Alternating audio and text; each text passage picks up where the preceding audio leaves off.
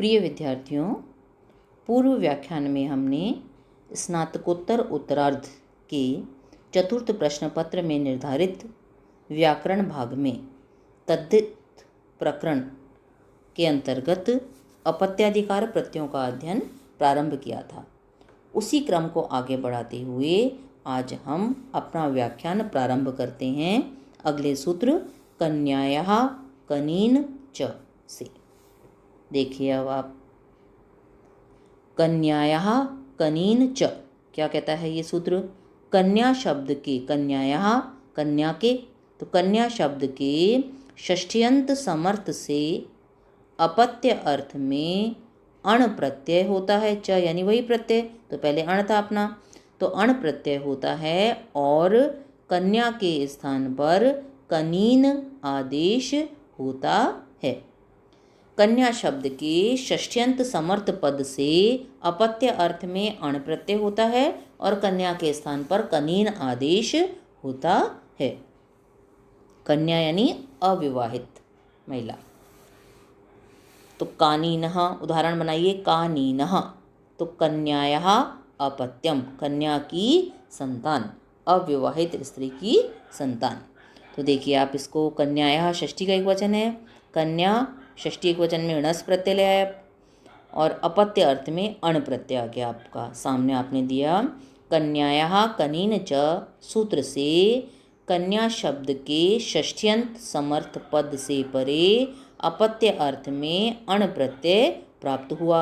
अण में से अ बचा आपका, सामने दे दीजिए अनुबंध लोप, ण का लोप किया आपने, अनुबंध लोप, या फिर हलंत्यम सूत्र से अंतिम णकार की संज्ञा होगी और तस्य लोपः सूत्र से उसका लोप हो जाएगा। अब अगली पंक्ति में णस का भी लोप कर दीजिए, तो कन्या प्लस अ बच गया आपका।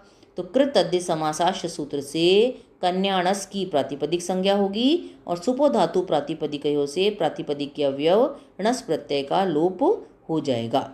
तो कन्या प्लस अ बच गया आपका। अब कन्या के स्थान पर कनीन आदेश कर दीजिए अगली पंक्ति में इसी सूत्र से, तो कनीन प्लस अ, सामने वापस यही सूत्र दिया आपने। कन्यायाः कनीन च सूत्र से ही कन्या के स्थान पर कनीन आदेश होगा। क्लियर है। अब अजादि तद्धित प्रत्यय परे है आपका अण, तो आदि वृद्धि कर दीजिए, तो क के अ के स्थान पर वृद्धि कर दीजिए आ, तो कानीन प्लस अ। तद्धितेषु चामादेः सूत्र से णित तद्धित प्रत्यय अण परे होने के कारण पूर्व शब्द समुदाय कनीन की भ संज्ञा होगी, है ना, और उसके आदि स्वर अकार के स्थान पर वृद्धि आ आदेश होगा। अब अगली पंक्ति में कानीन के अंतिम अ का लोप कर दीजिए, तो यचि भम सूत्र से आपने कानीन की भ संज्ञा की और यस्येति च सूत्र से भ संज्ञक कानीन के अंत्य अकार का लोप हो जाएगा। तो कानीन हलंत हो गया आपका, प्लस अ मिला दीजिए कानीन, इसके सामने कुछ नहीं लिखना आपको। अगली पंक्ति में विसर्ग और लगा दीजिए कानीनः और उसके सामने दे दीजिए पुल्लिंग प्रथमा एकवचन में यह पद सिद्ध होता है। क्लियर है। अब अगले सूत्र पर आइए आप, राज श्वशुरात यत। ये सूत्र क्या कहता है आपका, राज श्वशुरात, है ना, तो राजन शब्द से जाति अर्थ में और श्वशुर शब्द से अपत्य अर्थ में यत प्रत्यय होता है। तो श्वशुर शब्द से अपत्य अर्थ में और राजन शब्द से जाति अर्थ में यत प्रत्यय होता है। दोनों उदाहरण देखिए इसके आप। पहला है आपका श्वशुर्य, तो श्वशुरस्य अपत्यम, लौकिक विग्रह हो गया ये आपका। श्वशुरस्य षष्ठी का एक वचन है, तो श्वशुर णस प्लस अपत्य अर्थ में यत प्रत्यय आ गया, सामने आपने दे दिया।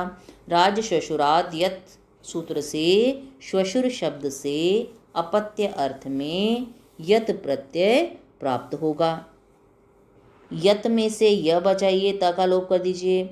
हलंत्यम सूत्र से अंतिम तकार की संज्ञा होगी और तस्य लोप सूत्र से उसका लोप हो जाएगा, या फिर अनुबंध लोप भी आप लिख सकते हैं। समय और स्थान को देखकर देख लीजिएगा आप, जितनी जगह उसके अनुसार। अगली पंक्ति में णस प्रत्यय का भी लोप कर दीजिए। कृत तद्धित समासाश्च सूत्र से श्वशुर णस की प्रातिपदिक संज्ञा होगी और सुपो धातु प्रातिपदिकयोः से प्रातिपदिक के अवयव णस प्रत्यय का लोप हो जाएगा। तो बचा आपके पास श्वशुर प्लस य।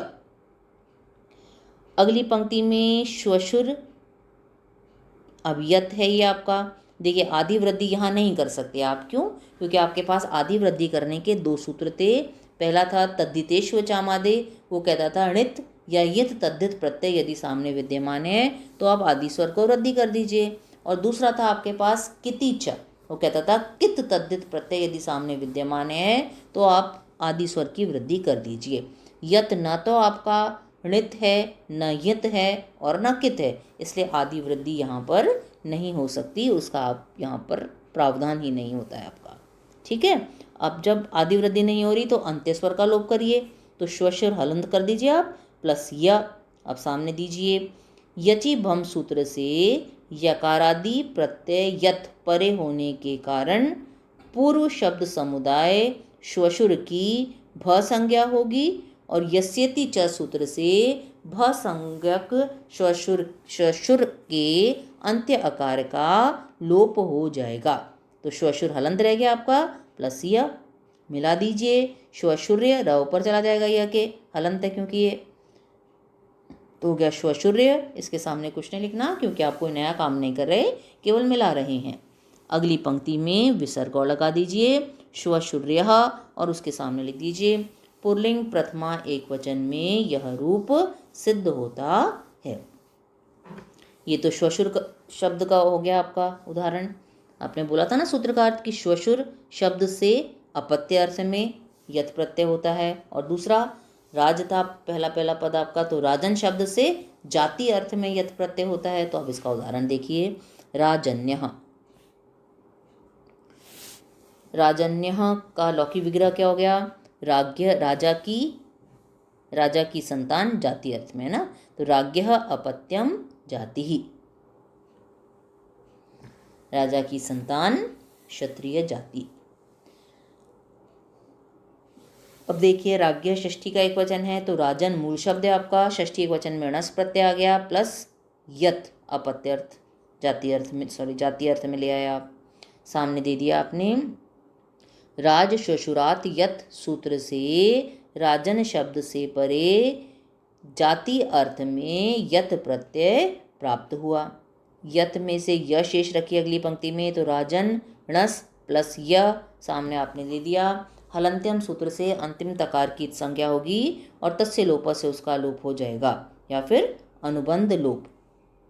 अगली पंक्ति में णस का भी लोप कर दीजिए, तो राजन प्लस य रह गया आपका। कृत अद्धि समासाश्य सूत्र से राजन णस की प्रातिपदिक संज्ञा होगी और सुपो धातु प्रातिपदिकयों से प्रातिपदिक के अवयव णस प्रत्यय का लोप हो जाएगा। क्लियर है यहाँ तक? अब अगली पंक्ति, यहाँ पर आदि वृद्धि की आवश्यकता ही नहीं है आपको और वो कर भी नहीं सकते क्योंकि न णित है, न यत है और न कित है ये। तो अगली पंक्ति में आप वापस ऐसा कैसा लिखिए राजन प्लस य, क्योंकि टी का लोप प्राप्त था लेकिन हम नहीं करेंगे। तो सूत्र क्या लिखेंगे? यचि भम सूत्र से राजन की भ संज्ञा होगी, है ना। पूरा अर्थ क्या है इसका? यचि भम सूत्र से यकारादि प्रत्यय यत परे होने के कारण पूर्व शब्द समुदाय राजन की भ संज्ञा होगी। नस तद्धिते सूत्र से नकारांत भ संज्ञक अंग राजन की टी अन का लोप प्राप्त होता है, किंतु ये चाभाव कर्मणों सूत्र से कर्ता अर्थ में यकारादि तद्धित प्रत्यय परे होने के कारण राजन की टी अर्थात अन का लोप नहीं होगा। क्लियर रखिए इसको, है ना। यचि भम सूत्र से आपने राजन की भ संज्ञा की और नस तद्धिते क्या कहता है कि तद्धित प्रत्यय परे होने पर नकारांत अंग की टी का लोप कर दीजिए। तो नकारांत भ संज्ञा का राजन की टी अर्थात अन का लोप प्राप्त हो रहा था यहाँ पर तद्धित प्रत्यय यत परे होने के कारण, किंतु ये चाभाव कर्मणों सूत्र से कर्ता अर्थ में यकारादि तद्धित प्रत्यय परे होने के कारण राजन शब्द की टी अर्थात अन का लोप नहीं होगा। ठीक है, अब अगली पंक्ति में मिला दीजिए, तो बन गया आपका राजन्य। इसके सामने कुछ नहीं लिखना क्योंकि आप कोई नया काम नहीं कर रहे। अगली पंक्ति में विसर्ग और लगा दीजिए राजन्य पुल्लिंग प्रथमा एक वचन में यह रूप सिद्ध होता है। अब इसको अच्छी तरह से कंठस्थ करिएगा। कल हम इसी क्रम में आगे बढ़ेंगे। आज के लिए इतना ही।